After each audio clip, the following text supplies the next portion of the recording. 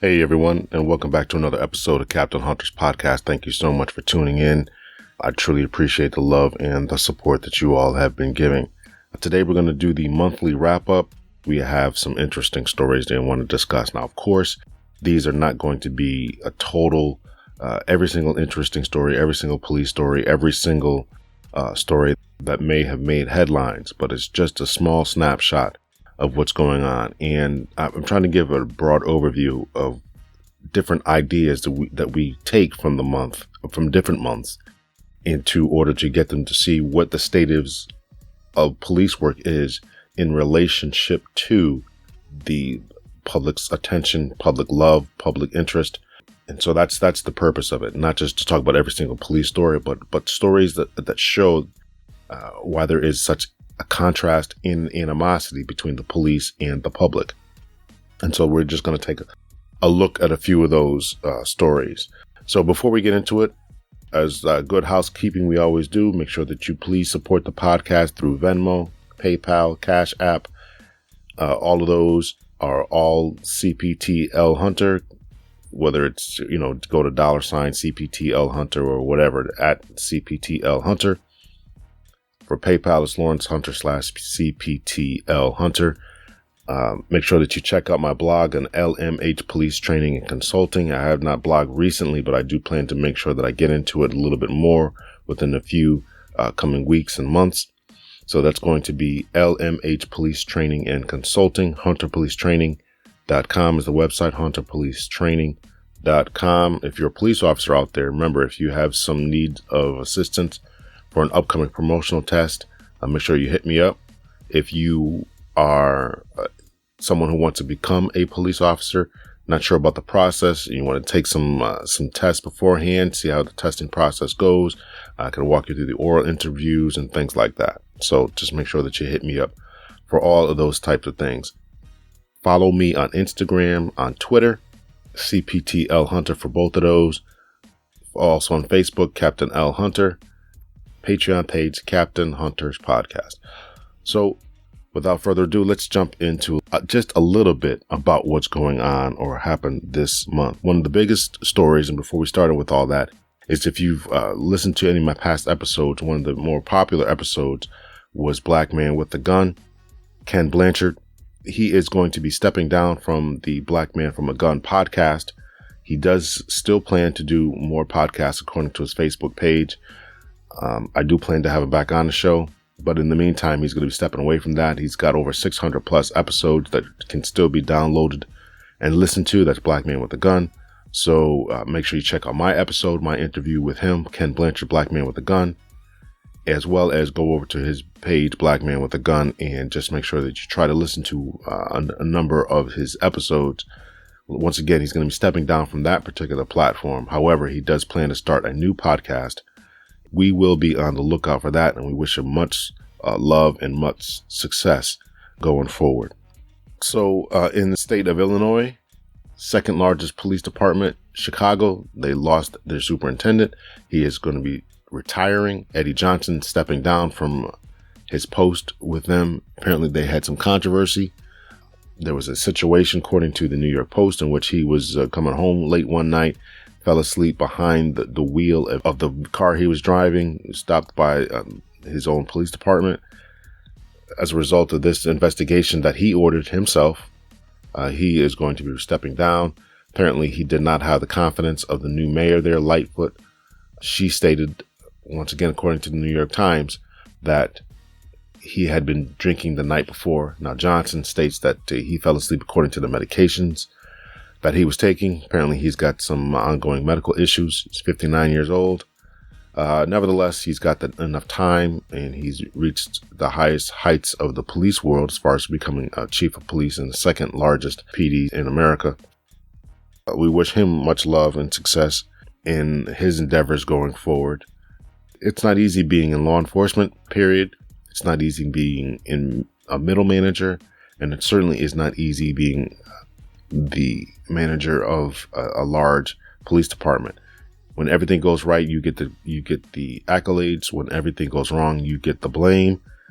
It's hard to walk that fine line of appeasing the public, appeasing the parents, appeasing the students, appeasing the politicians, and then you have to appease your employees, who often feel as if their hands are being tied and cuffed and asked to do more of within their society. So it's not an easy job, but he ascended to those heights, took on the mantle, took on the task. And certainly I'm sure that we, as members of law enforcement, appreciate his efforts. Might not always achieve the results that we want, but we appreciate the efforts.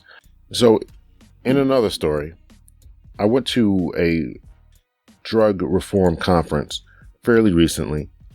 The purpose of this conference was just about how they would strategize with trying to legalize marijuana and a number of other drugs. I am not in favor of people using drugs. I do believe in some forms of legalization and decriminalization.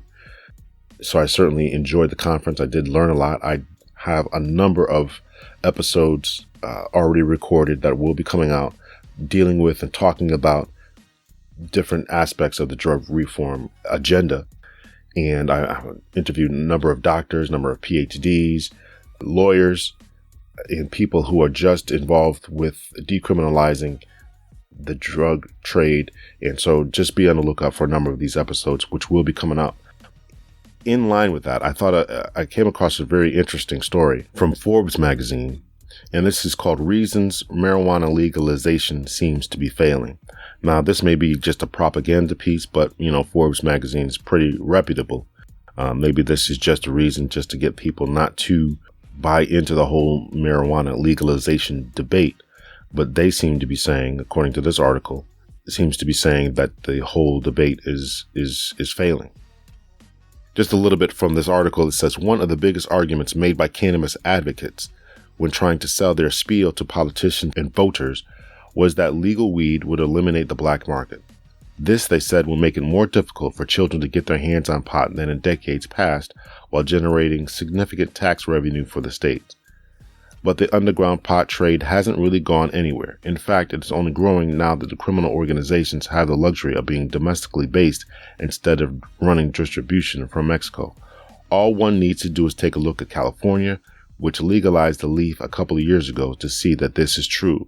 While the Golden State has predicted to rake in $640 million in pot taxes in the first year, it collected about half of that.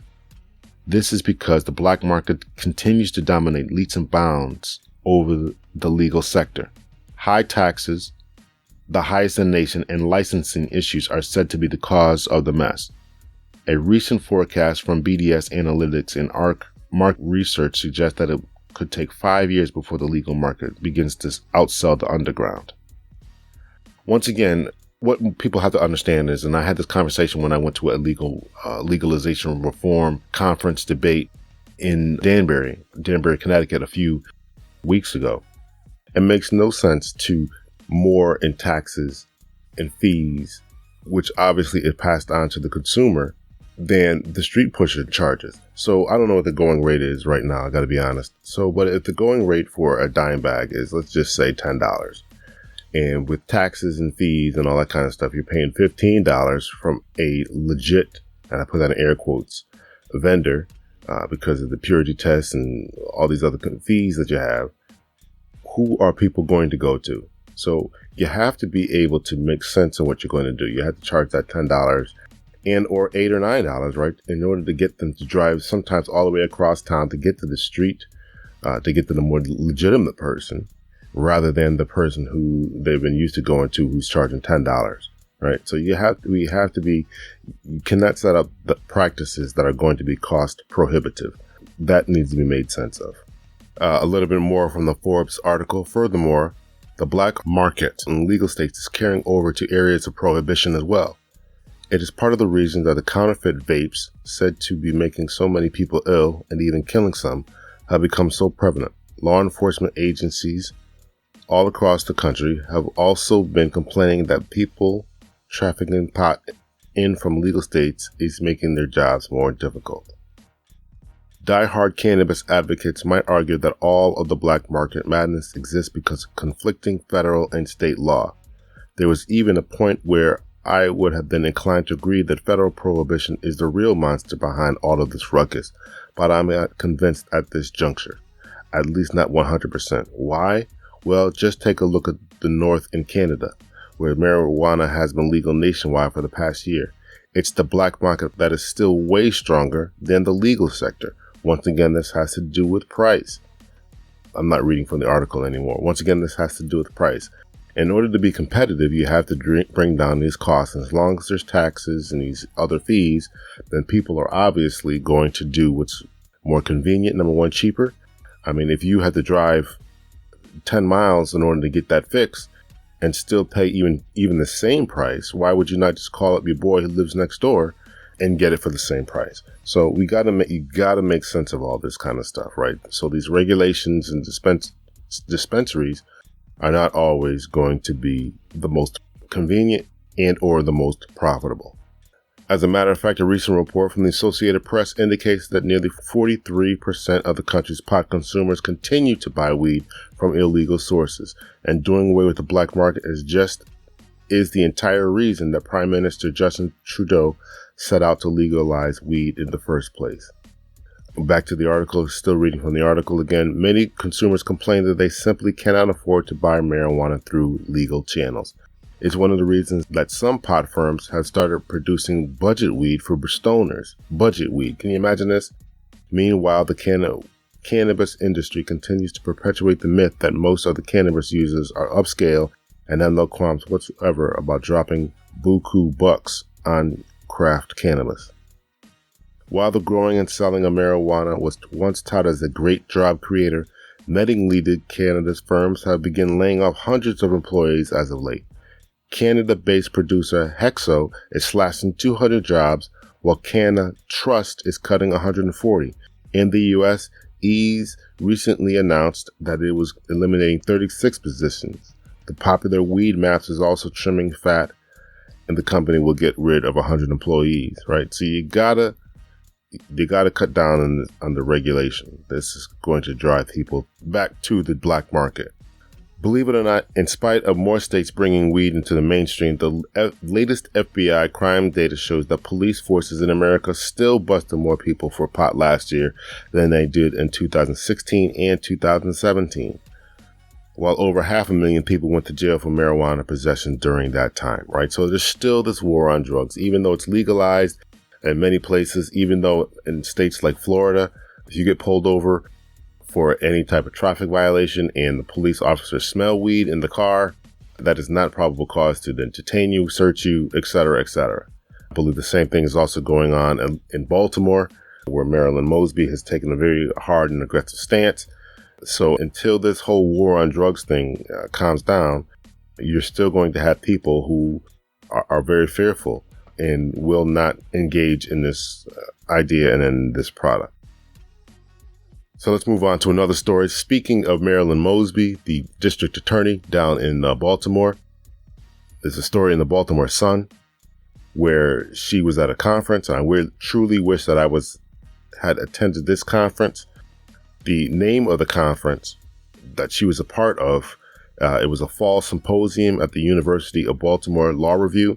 It was headlined and called 400 Years, Slavery and the Criminal Justice System. This is what she said during her speech at this particular conference. Black people are 6 times more likely to be arrested and become part of the criminal justice system than whites, Mosby said at the fall symposium. You have an over-militarization of police departments all across the country, racially unjust application of laws against poor, black, and brown people, and collateral consequences of these convictions that have kept black and brown people and communities as second-class citizens. You really want to know about the second-class citizen state that people have? I mean, the lack of voting, lack of the ability to go to colleges, lack of affordable housing, lack of public assistance, you can't get food stamps if you come home from prison, all these different scarlet letters, as Michelle Alexander put it in her book, The New Jim Crow, Mass Incarceration in the Age of Colorblindness.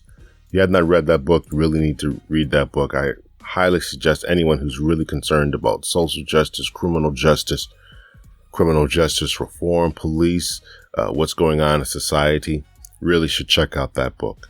It's just a good, great read. So anyway, in this book, she says having this a felony conviction is almost like having a scarlet letter upon your chest. People can see who you are. You are then blackballed. You are then eliminated, cut out from society. And it really is just a negative mark upon your body and upon your ability to get ahead, to move ahead, really is extremely hampered. And I've had many conversations about this, and as long as people have this on them, they can't progress in society. I mean, think about it. You have paid your debt to society. Whatever crime they have done, they have committed, they have paid their debt to society. And we as the government and we as the people, right? The people are the government, should be at least, make it extremely difficult for people to forgive themselves and to get over and get by and get through the things that they have done. And as we can see, that she believes that Miss Alexander believes that this is done intentionally in order to keep a certain criminal class, a criminal element, to increase recidivism, to keep people out, to keep people on the lower streams and make sure that these lower end jobs are done and eliminated even from the voting polls and from the rolls of potential voters. Her comments, back to the Baltimore Sun article featuring Miss Marilyn Mosby. Her comments were just some of many Saturday from prosecutors, from defense attorneys, law students, academics, and other community stakeholders that sought to center the legacy of racial injustice in a conversation on how best to move Baltimore and Maryland forward. As some of the most influential stakeholders in a system, Mosby said prosecutors like her have an obligation to reduce disparities by providing opportunities for young people before they come in contact with this system. Alternatives for returning felons who are too often sidelined economically because of their criminal records, and means for seeking redress for those wrongly accused or convicted. Mosby cited efforts by her office to do all of the above, including her hosting of youth events, her decision to stop prosecuting marijuana possession in Baltimore, her successful push to vacate convictions that hinged on the word of corrupt police officers, and her office's conviction integrity unit, which reviews past cases thrown into question by new evidence. Continuing with the Baltimore Sun article, it says, across town at Morgan State University, a separate forum, which was called Lynching in Maryland, The Journey from Truth to Reconciliation, was hosted Saturday by the Maryland Lynching Memorial Project. The effort is aimed at assessing and dismantling the entrenched legacy and ongoing impact of the lynchings of Black people in Maryland, including 41 cases documented in the state from 1854 to 1933. The issue of restorative justice was discussed, just as it was at the University of Baltimore, but also considered were the efforts of racism on the health of Black Americans, the need for restorative practices in Baltimore and high schools, and structural racism and segregation that still exists in the state's higher education system. So they got a lot going on down there in Baltimore and in Maryland concerning the racial justice forum they had, looking at the two racial justice forums they had, one looking at mass incarceration, and at the same time they were looking at the historical legacies of lynching and also the present ideas concerning racism on health. That is an idea that I wanted to do a show on, both of those particular shows, especially the one about racism and health. You know, Black people have higher blood pressure, a higher risk of diabetes, mental health, all surrounding the ideas of this entrenched idea of racism, and they're having to navigate in this world that they live in, and having to deal with racism. I am actually reaching out to people currently in order to get people on the show to talk about the history and the legacy of racism and how it has affected health. In fact, I read one article that talked about racism is a public health crisis. If we want to reduce a lot of the public health situations, particularly around Black and brown people, then we can reduce that risks, like I said, of diabetes, high blood pressure, and some cancers by reducing racism. In fact, a couple of articles that people can read that help to illustrate this point is, number one, Racism Harms Health. And this is from the hsph.harvard.edu from Harvard University. that's the Harvard School of Public Health, is an article that was written some time ago, I believe in 2013, Racism Harms Health. And there's a professor, Nancy Krieger, Department of Social and Behavioral Sciences. This is from the fall 2013 Centennial issues. In fact, one of the quotes that I can read from here is, in 1996, Krieger shook up the field with a study suggesting that bearing the brunt of racial discrimination raises the risk of elevated blood pressure, a partial explanation of why blacks suffer more hypertension than whites. The study showed that self-reported racial discrimination is just as harmful as any of the commonly named lifestyle culprits like lack of exercise, smoking, high fat, and high salt diets. So that's just one article that people can check out. There's another one from the American Public Health Association, The Impact of Racism on the Health and Well-Being of a Nation. That article's much newer. You can even listen to that recorded webinar. There's a number of speakers and webinars that people can go through and everything like that. So you can even Google search all this kind of stuff. So racism does impact people's public health. So if we want to stop this public health crisis, one way to do that is to stop or eliminate racism. I know what you're thinking. Yeah, good luck with that, Cap. Here's another story. It was fairly significant, but did not get as much attention as the Botham Jean or any of the other police shootings and convictions. Certainly not to my attention. Maybe other people were well aware of it. But this is from the New York Times, a white Alabama officer guilty of manslaughter for killing a black man.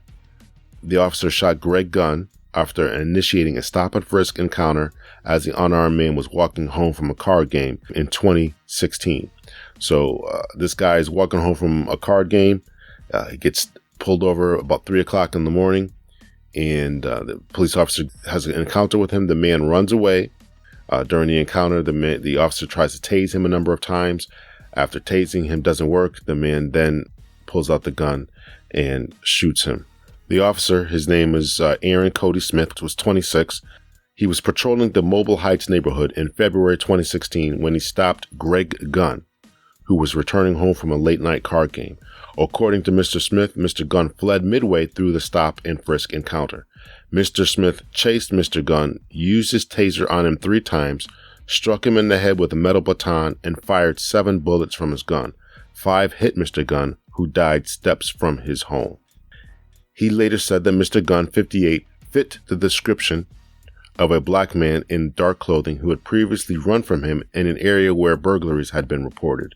He also said Mr. Gunn tried to strike him with a paint pole during the encounter. Prosecutors said Mr. Smith's account had many inconsistencies, including the struggle that broke out after he patted down Mr. Gunn. Mr. Smith did not turn on his body cam and dashboard cameras after getting out of his vehicle to stop Mr. Gunn at 3:20 a.m.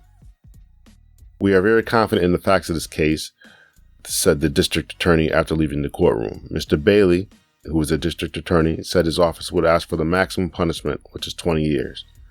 Mr. Smith remained in custody after the verdict, and his lawyer, Mickey McDermott, said he would appeal. So, pretty interesting story, and this is, of course, Alabama. So listen, I'm not making fun or light of the fact that a man lost his life, nor of the fact that an officer has gone to prison, or is more than likely looking like he's going to go to prison. So this is a serious matter. And, when I talked with my daughter, if you guys listened to that episode of the movie review that my daughter, El Boogie Jr. and I did, when she talks about she doesn't believe people or she doesn't believe an officer when they talk about fitting the description. So this is a problem. And apparently this encounters like this are what causes her to be skeptical of the police when they say that people fit the description. I do not know if there was burglaries that night that Aaron Cody Smith talked about, or if someone actually did run away from him as he alleged, I guess as part of his defense. However, we know that there is a lot of skepticism towards those words about people fitting the description. So got to be very mindful of all that kind of thing. In my militarization episode, I talked about another situation called civil asset forfeiture. And I thought I had someone to come on and talk about civil asset forfeiture. That person backed out. Nevertheless, civil asset forfeiture and just police asset forfeiture overall is such a hotly debated topic in this country. And something happened in South Carolina where it may have very significant ripples upon those who are conducting civil asset forfeiture. Now, the difference between just regular asset forfeiture and civil asset forfeiture is civil asset forfeiture. If you can imagine this, you're driving down the street, and these are real stories that I've actually read. Somebody's driving down the street and you could stop by the police. They see or determine somehow that you have a larger amount of cash on you that they think you should not have. They ask you why you have such a large amount of cash. You tell them, well, listen, I work for a cash business, or whatever excuse you tell them. They can then say, okay, here, we're going to take this cash, but you can be on your way. Don't have to write you a ticket. They don't have to do anything. They don't have to arrest you, and they can just take that cash. In order for you as a citizen to get that cash back, you have to then sue the state, sue the county, whoever has taken your money, and you have to prove that you have a cash business and that everything is legitimate. It can take years for this to go through, and it can take years for you to get your money back, 18 months sometimes. And it's just a disaster. And then if you do win, you have to pay for any type of lawyer fees and court costs that you have. So this is just a ridiculous system that we have in this country. It's completely legal in many states. Fortunately, according to the story from the GreenvilleOnline.com story, right, the Greenville News from Greenville, South Carolina, this is a story in which one judge down there has understood this problem and has taken the hard line. So just sit back and listen to this. A South Carolina circuit judge in Horry County has ruled the state's civil asset forfeiture law unconstitutional and in violation of the U.S. Constitution's 4th, 5th, and 14th Amendments. Earlier this year, the Greenville News published coverage of a 2-year investigation into civil asset forfeiture in the state of South Carolina. The series called Taken. You guys can Google Taken as far as the civil asset forfeiture story that the Greenville News has done. You can read about this, or I'll even link it in my show notes if anyone gets the show notes. The series called Taken addressed questions that were raised by legislators, attorneys, and citizens. Journalists with the News, the Anderson Independent Mail, and the USA Today Network examined more than 3,200 cases in South Carolina from 2014 to 2016 and found, here's some of the things that they found. Agencies in South Carolina seized more than $17 million from people over the course of 3 years. That's a lot of stops, and that's a lot of money to be taken off the citizens in civil cases. Listen to this. The bulk of that money ended up in the hands of law enforcement to pay for drug crime fighting. Nearly 800 times when police seized money or property, no related criminal charges were filed. In another 800 cases, someone was charged with the crime but not convicted, and they're keeping the money. This is me talking. Back to the article. As part of recent reforms, 15 states have made forfeiture dependent on criminal conviction. South Carolina has not, though efforts to reform the practice are ongoing in state legislature. About 65% of the cases involve black men, though black men make up just 13% of the state's population. I wonder who the police are targeting when they're pulling people over and just kind of taking their money, ripping people off and taking their money. Who are the police targeting? Prosecutors have up to 2 years. Here's another thing that this investigation has found out. Prosecutors have up to 2 years after police seize money to file a civil court case justifying the seizure. On average, when a person petitions to have his money or property returned, the case takes 17 months from the time the seizure to be resolved, regardless of the outcome of any related criminal charges. Completely separate. So even if you win your court case, win any court charges, you still might not get your money back for another 17 months. The judge in this case, last name was John. His decision found that South Carolina forfeiture laws violate both the federal and state constitutional protections against excessive fines by allowing the government to seize unlimited amounts of cash and property that aren't proportionate to the alleged crime, right? So if you are arrested for a larceny 6, $250 or less, the state cannot take your car, which is worth $5,000, right? Because that fine is in excess of what you took, of what you are alleged to take, or the penalty that would have been imposed by the court. I hope that makes sense to people. Indeed, they allow the government to seize unlimited amounts of cash and other property when no crime has been committed, without a criminal conviction and without proof of a crime, and have been committed beyond determination of probable cause. This is what the Judge John wrote. The decision came in a civil forfeiture case of Travis Lee Green on behalf of the 15th Circuit Drug Enforcement Unit. Agents with the Drug Enforcement Unit, DEU, made 3 controlled buys of cocaine from Green and eventually charged him with 2 counts of distribution of cocaine and 1 count of trafficking cocaine, records show. A search warrant executed on Green's Myrtle Beach home found a backpack with more alleged drugs. Agents found $19,800 in the closet and another $971 on Green when he was arrested. John found that the amount seized by agents to be in violation of the constitutional prohibition on excessive fines. Here's what, in the judge's opinion, makes the South Carolina's asset forfeiture illegal and unconstitutional. In his order, Judge John ruled that South Carolina's forfeiture statute violates state and federal laws in 4 ways. First, the prohibition on excessive fines. Next, due process, in that they place the burden on the property owner to prove their innocence. Remember, this is what I talked about when I said they take your money, you have to go to court, you have to sue the state, and you have to prove the burden of proof is on you to show that you got this money legally. That's not the way that our criminal justice has always been. It's always on the state to prove that you have done X. And here you have to prove that you didn't do anything wrong. Due process, by institutionally incentivizing forfeiture officials to prosecute forfeitures.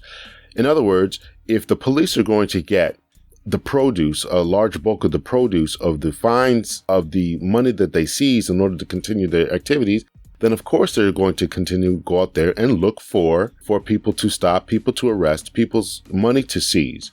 And who is often and always the low-hanging fruit? You guessed it, black males. Black males who are 13% of the population down there in South Carolina, but yet 65% of the cases of asset forfeiture, according to this article. So once again, who are the police targeting? The state is incentivizing them to go out there and look for and gather this money. They're telling them, if you go out there and collect all this money, you get to keep it. So you get these new toys and new upgraded weapons and upgraded cars and night vision goggles and all this other militarization, right? Remember what Marilyn Mosley said, militarization is all over the place. You get to keep all this kind of stuff. So here's the incentive to do it. Due process, by institutionally incentivizing forfeiture officials to prosecute forfeitures. Due process, because they do not mandate judicial review or judicial authorization prior to or subsequent to the seizure. Those are the 4 ways the judge saw that this laws that what they're doing is violation of the Constitution. South Carolina's forfeiture laws would allow law enforcement to seize millions of dollars from a person, even when the maximum fine authorized by law is minimal or when no crime has been committed at all, John wrote. The order laid out the reasons why the state's forfeiture scheme, this is what the judge wrote, he called it a scheme, provides an unconstitutional incentive to prosecute cases.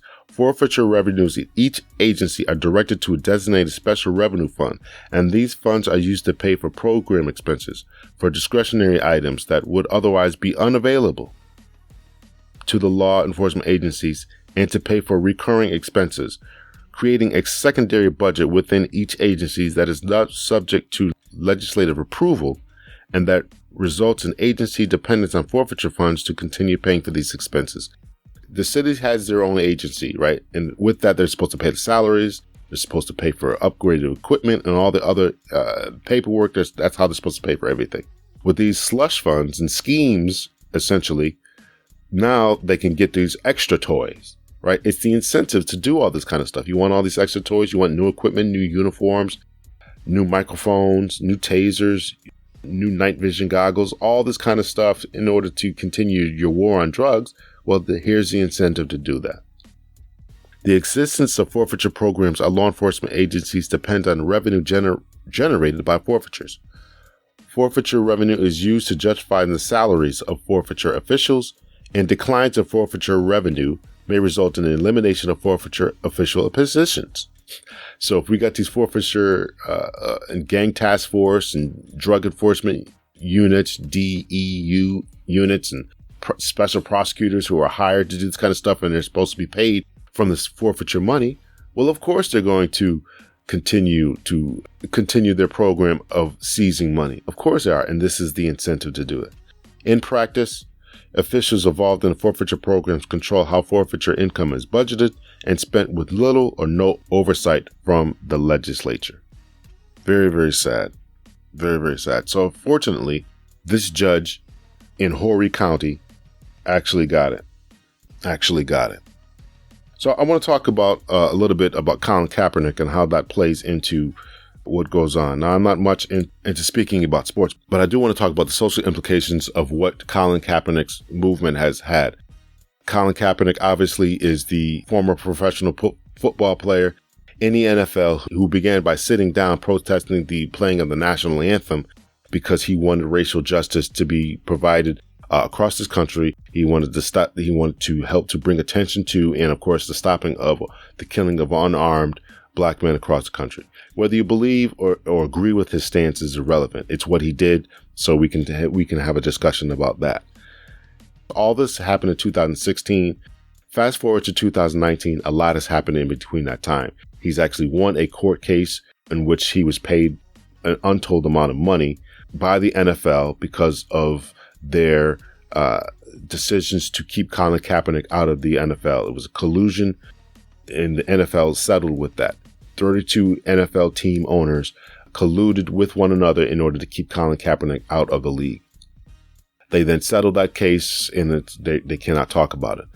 It's been rumored that he only got between 10 and 20 million. I think that was extremely, extremely way too low. You've been kept out in the NFL and the revenues and denied property rights and all that kind of stuff. And all you're going to get is between 10 and $20 million if those rumors are true. I don't think that's enough, but hey, that's what he settled for. He also got a Nike deal worth millions of dollars. So Colin Kaepernick is not starving by any stretch of the imagination. Why do I bring him up? Well, we understand within this month of November that he was invited by the NFL to go to a combine or to a camp and have a tryout. There was a lot of going on with that particular tryout. I don't really care about it, but there was a lot of shenanigans going on. The practice facility was moved. I guess there was some kind of issue as far as the waiver that he was going to sign. It's not the traditional waiver that is signed by people who are trying out for teams from the NFL. In case, of course, he gets hurt, he cannot sue the NFL if he gets hurt or whatever's going on. He wanted to know who was going to be his receivers, all this kind of stuff that's been going on. Here's my opinion about what Colin Kaepernick should do. I think that he should continue with the social justice fight that he started. I think that that's a good place for him. He's got plenty of money. Become a commentator. Continue with your social advocacy, social justice work.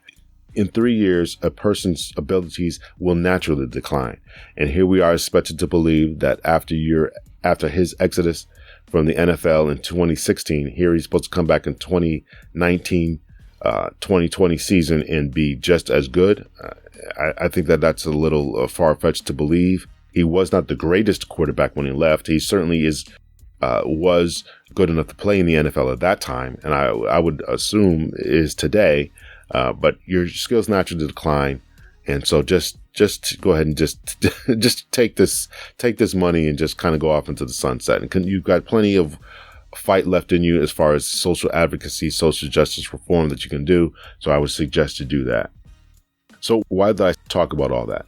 Well, his reverberations, the ripple effect of what he has done is still spilling over into 2019, and people, students, athletes, and many other sports, many other genres and venues are still taking a knee around what they perceive to be social injustices by many police departments. And so here's a story that is actually very, very disturbing. And it comes from the Detroit Free Press. The name of this article is Detroit Denby coach, Denby is a high school in the state of Michigan. Detroit Denby coach says Almont, another high school, fans hurled racial slurs at players during confrontation. The post-game fracas between members of the Detroit Denby High School football team and Almont High School escalated as Denby players were spit upon and cursed at, endured racial slurs, according to witnesses.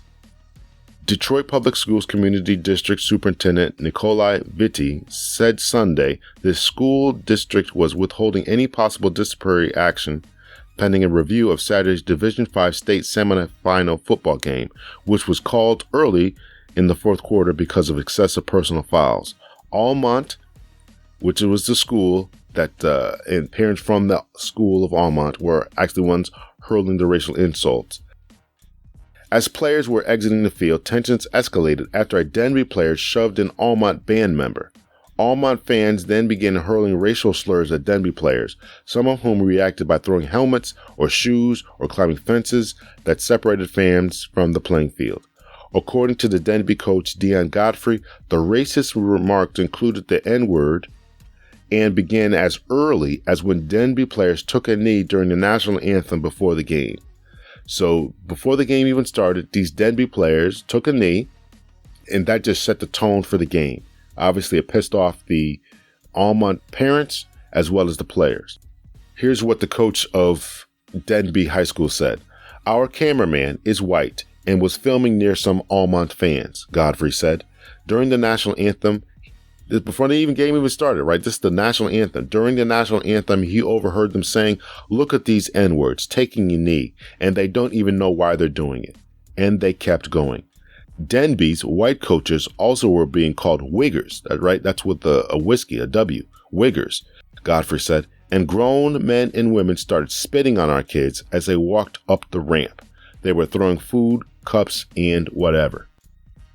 They called my student trainer a little monkey, and they were saying who let them off their leashes, Godfrey said. They need to be on a leash. They never should have been here in the first place. A punch was thrown, Godfrey said, and after Almont parent bumped my player and the player bumped him back, the parents punched the player in the face before my player started running to his aid.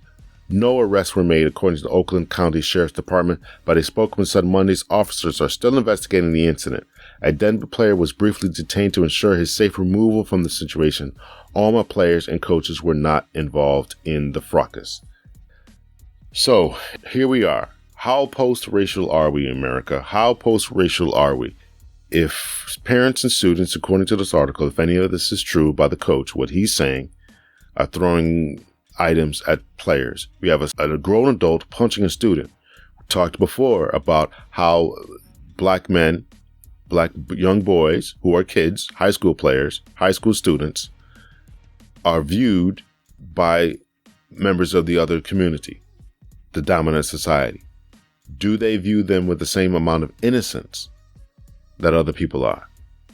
I don't think so. I don't think that you go up there and just start punching. I don't think that any adult in his right mind, 35, 40-year-old, 50-year-old adults should be putting their hands and punching students. Does anybody think that that's okay, despite their size? So here we are. How post-racial are we? The effects and ripple effects of what Colin Kaepernick's stance are still reverberating through the country. Think about it what you will, but here we are. Who started this, we'll never know. We may never know. But obviously, according to the article, the tone of the game was set during the national anthem, and it seems as if people were upset. The article goes on to say that there was a lot of personal fouls being called, and that they, being Denby, could not even never had really a chance in the game. Referees ended the game in the fourth quarter because of aggressive play.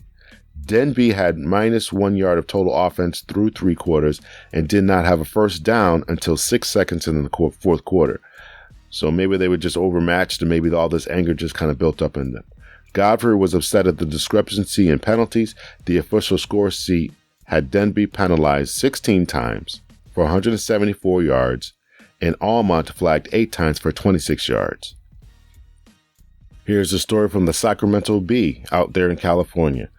Says dozens of California deputies lied about booking evidence they collected. Second audit shows.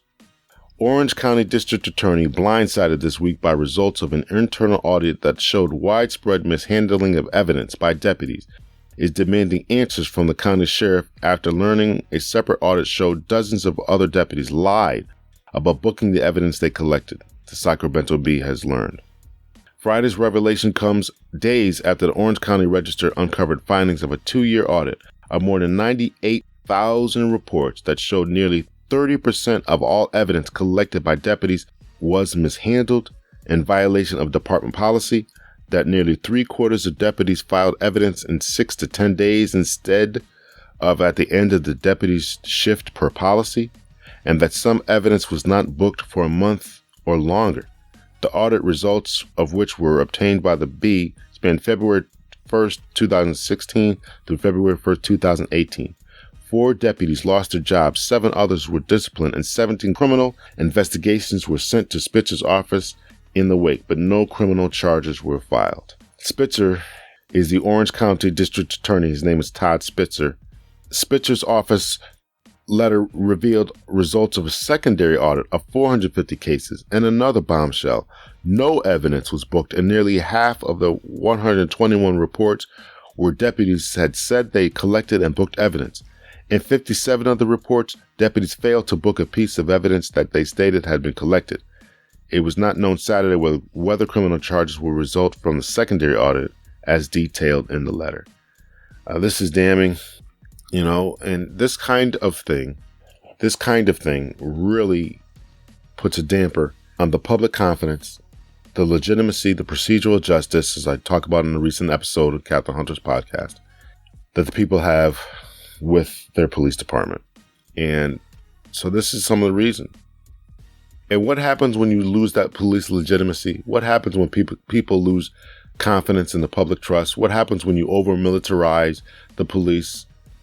What happens when you have asset forfeiture? What happens when all these stories get out? What happens when these viral videos get out? What happens when people go to court and can't trust the police that their evidence has been booked properly and according to the rules? And what happens when all this kind of stuff comes to a boiling point? Well, then you get a situation like this. In Oklahoma, police say officer got Starbucks with PIG on cups. This is from the ABC News. An Oklahoma police chief says an officer bought Starbucks for 911 dispatchers working on Thanksgiving, only to find that pig was printed on the cup labels. The officer notified Kiefer Police Chief Johnny O'Mara, who called the store and spoke to a manager. O'Mara says they offered to reprint the computer-generated labels, but he took to social media and posted a photo. It has since gone viral. Right, so they're putting this on. They're not just handwriting this; they're printing it out. Oh man! And this is what Starbucks employees are printing out the words "pig" and putting them on officers' cups and for their dispatchers and all that. The officer told KTUL-TV that the employee reached out to him personally and apologized, saying it was a joke. However, in a Friday statement, Starbucks said the worker who wrote the offending word on the cup used poor judgment and is no longer a partner after violation of company policy. This language is offensive to all law enforcement and is not representative of the deep appreciation we have for police officers who work tirelessly to keep our communities safe, the statement said. So, but this is what happens why was he do that? Why are we not seen as community members, people who deserve and are worthy of respect, people who are worthy and deserving of admiration? It's because of what I talked about with how people view the police, what's going on in Baltimore, what Marilyn Mosby said about the civil rights concerning African Americans. It's about the not collecting and processing of evidence. It's the over-militarization that we go down to South Carolina and talk about, that a judge has now step in and say that this practice is wrong. It's about the shooting of unarmed people. This all puts a damper on the relationship. Officers have to try to fix that. I'm not excusing what this former employee of Starbucks did. I'm just trying to understand it. And if we understand it, then we can make changes to fix it. He's rightfully not working for them anymore. He did use poor judgment and bad taste. However, in order to fix this relationship, in order not to get these things to be done, Every side has to make efforts to step into the right direction. The public does. I would also put more onus on the police because they are the paid professionals. They are the ones who are supposed to have the thick skin, and you're supposed to be professional. If they are going to book evidence at the end of their shift, then at the end of their shift, evidence needs to be filed, booked, and processed. And stop this idea of asset forfeiture. Even though it's legal by the state legislature, doesn't mean that it has to be a practice by police departments. And it's hurting public relationships. So maybe they ought to stop doing that. This idea with Colin Kaepernick, I don't know. And this idea that's going around that people are still protesting, still kneeling, and people are still angry about it. I don't know. What I do find to be interesting about that particular case with the Denby and Almont situation is what the cameraman has supposed to have heard, that if it's what is supposed to have heard, is that these kids are kneeling and don't even know why. Well, I do wonder if the kids know why they're kneeling, and I would also question that parent or person who said it. Do you know why they're kneeling? And I think that question goes both ways. Do the kids know why they're kneeling? Are you just doing it because Colin Kaepernick? Are you doing it because you know someone who has been unfairly impacted by the criminal justice system, specifically the police? And or to the parents, do you know why he's kneeling? Do you think that there's any type of injustice or injustice is going on? Got to have these conversations, people. Got to have these conversations. Also, take a look at the situation as it unfolded. Black high school students are kneeling in protest of racial injustice and prejudice that are being precipitated upon them, and or they're feeling and standing in solidarity with those who it has happened with throughout the country. And what do these presumably white parents call them? The N-word. You have to be able to see the hypocrisy in this. You have to be able to see how this unfolds out. So if we don't like how you're acting, we don't like what you're doing, then you're automatically the N-word, right? This is the racial justice and harmony that they're trying to bring attention to.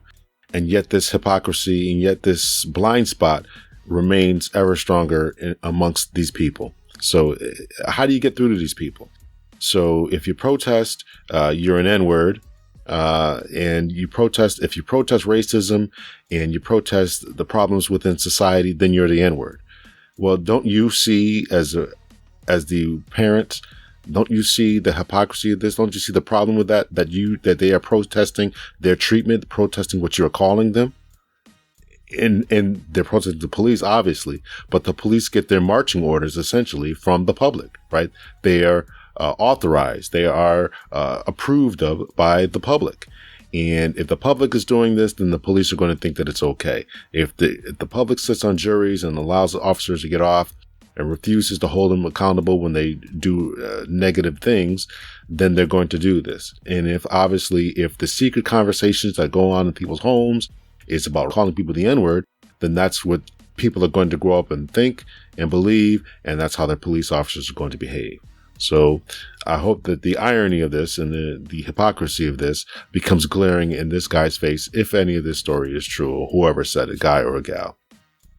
So that's it. Listen, there's a lot of stories we could go through, but I think that these stories kind of touch us concerning where we are and how we need to go forward and understand these things, right? We have to deal with this civil asset forfeiture, have to deal with this over-militarization of the police. We got to deal with police officers saying and falsifying records and not doing their jobs. We got to deal with all this kind of thing. We got to deal with this marijuana culture and understand that if we want to dry up the black market, which would drive a lot of the violence, then we got to make sure that it's not overly and highly taxed. So therefore, people are not continuing to be driven towards the underground markets. All these things had to be considered. So I hope I gave you guys something to think about for this week. So once again, hit me back in the email, cptlhunter@gmail.com. I'm on Twitter, cptlhunter, Instagram, cptlhunter.